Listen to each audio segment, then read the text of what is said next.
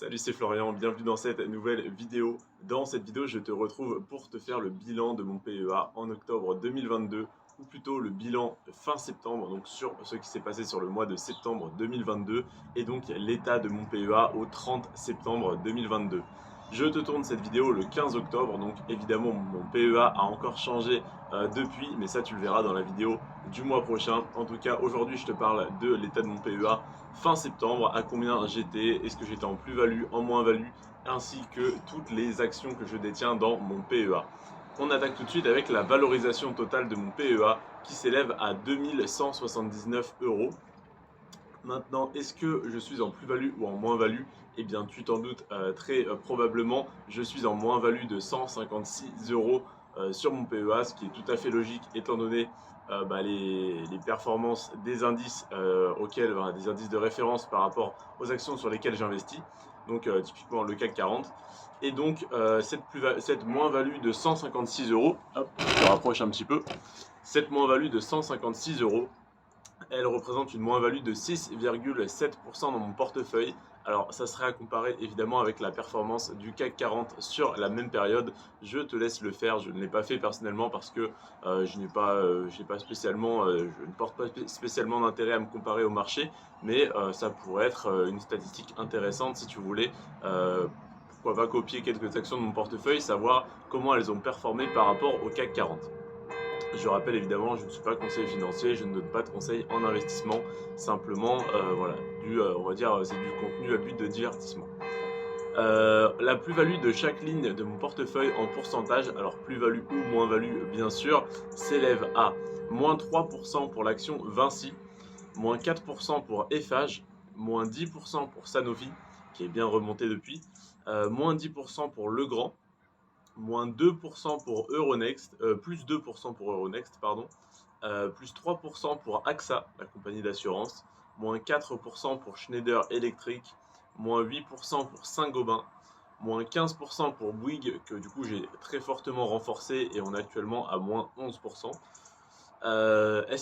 plus 2% pour ST Microelectronics, plus 1% pour Dassault Systèmes, moins 1% pour Stellantis. Donc c'est Peugeot, Citroën, Fiat, Chrysler qui se sont réunis, Stellantis. Ensuite, moins 3% pour Rothschild Co. Donc Rothschild, moins 5% sur Total Energy, c'est pareil qui est remonté depuis, on est repassé en positif, et moins 12% pour le Crédit Agricole. Alors, au niveau donc de mon portefeuille, je t'ai dit que la valorisation était de 2179 euros et c'est donc 29 euros de plus par rapport au mois précédent. Alors, comment je peux être à plus que le mois précédent alors que le marché a baissé ce mois-ci? Tout simplement parce que j'ai réinvesti, j'ai remis du cash sur mon PEA et donc ça a compensé la baisse, ça m'a permis de racheter des actions moins chères et donc même si toutes les actions pratiquement de mon portefeuille ont baissé ce mois-ci, comme j'ai réinvesti sur certaines, eh bien la valorisation de mon PEA augmente un peu quand même mois après mois. Alors ce mois-ci j'ai dû remettre peut-être 200 euros je crois, où j'ai dû renforcer deux actions, donc on va dire 250 euros à peu près sur mon PEA, et je suis à plus 29, donc voilà, on voit que ça a très fortement baissé, mais les mois où je vais renforcer peut-être de 200-300 euros et où mon portefeuille va prendre 400-500 euros, et bien là je serai à plus 700, plus 800 euros en un mois, et ça n'est pas pour autant que voilà, ça va changer quelque chose à ma stratégie. Donc sur mon PEA, je rappelle, ma stratégie n'est pas la même que sur mon compte titre.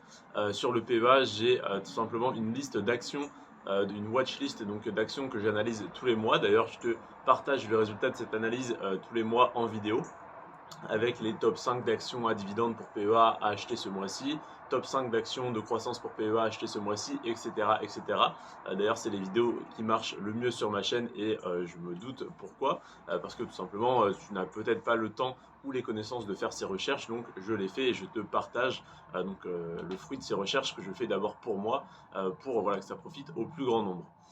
Donc ma stratégie c'est donc d'acheter quand il y a un creux de marché, quand une action fait moins 5, moins 10% en un mois, de renforcer ma position ou d'en acheter pour la première fois si je ne la détiens pas encore. Et étant donné que le marché a beaucoup baissé récemment, ça m'a permis de rentrer sur pas mal d'actions. Donc là tu vois que j'ai une quinzaine de lignes en portefeuille à peu près.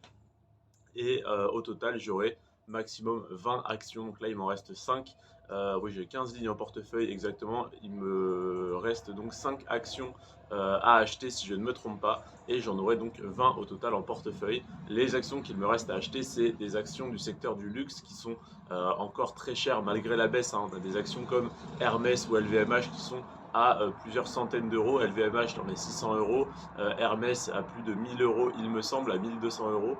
Donc voilà, j'attends que ces actions baissent un petit peu parce que tout simplement je n'ai pas assez de cash disponible actuellement pour acheter ces actions, et il n'est pas possible d'acheter des fractions d'actions sur mon PEA. Donc je te disais que ma stratégie était très différente de celle sur mon compte titre, parce qu'en fait le marché français je le connais plutôt bien. C'est pour la plupart des actions pour lesquelles soit je suis consommateur, soit au moins je connais ces entreprises. Je te parle donc de AXA, Crédit Agricole, Total Energy, Bouygues, etc., etc. Euronext, c'est la place de marché sur laquelle on achète les actions par exemple. Donc voilà, je connais de l'intérieur ce marché, Vinci, Eiffage, Sanofi, etc. Donc je peux me permettre entre guillemets d'utiliser ces connaissances pour quand Total Energy baisse de 8% en un mois ou 10% comme ce mois-ci, et bien me dire c'est une bonne opportunité, je vais rentrer.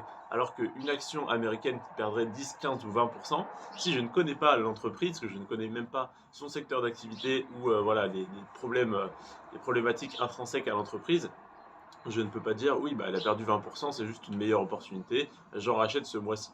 Non, donc je ne peux pas me permettre de faire ça parce que je ne connais pas assez le marché américain. Donc en France, je peux me permettre de le faire. En tout cas, je pense que c'est une bonne idée. Donc je fais, on va dire, du stock picking. Donc j'achète les actions une par une quand le prix m'intéresse. Alors que sur mon compte titre, je fais tout simplement un DCA, c'est-à-dire que j'achète pour la même somme les 50 actions qui m'intéressent tous les mois. Donc je mets 10 euros sur chacune, donc 500 euros par mois, sur chacune des actions qui m'intéressent sur compte titre, sans dire ah bah celle-ci a fait moins 15%, j'en rachète plus, celle-ci a fait plus 20%, j'en achète pas ce mois-ci. Non, j'achète de toutes ces actions tous les mois. D'ailleurs, pour le bilan de mon compte titre, je te retrouve demain à 17 h. Je te parlerai également de sa valorisation, de la plus ou moins value en euros et en pourcentage, et du nom des actions que j'ai en portefeuille. Et donc, je te donnerai les 50 actions. Alors, il y en a 45 actions à dividendes et 5 actions de croissance. En tout cas, je les caractérise comme ça dans mon portefeuille. Donc, je te donnerai le nom de ces 50 actions demain. À savoir que normalement, cette liste, je la vends sur Amazon. Je t'invite d'ailleurs, si tu veux recevoir toute cette liste donc d'actions à dividendes et d'actions de croissance pour PEA et pour compte titre, ainsi que 10 ETF pour PEA, je t'invite à créer un compte sur un des 3 liens en description de cette vidéo et de m'envoyer la capture d'écran de ton compte créé sur Instagram. Je t'enverrai donc gratuitement cette liste que sinon je vends sur Amazon. On se retrouve donc demain pour le bilan de mon compte titre. C'était Florian, sur ce, prends soin de toi et de tes finances. Ciao.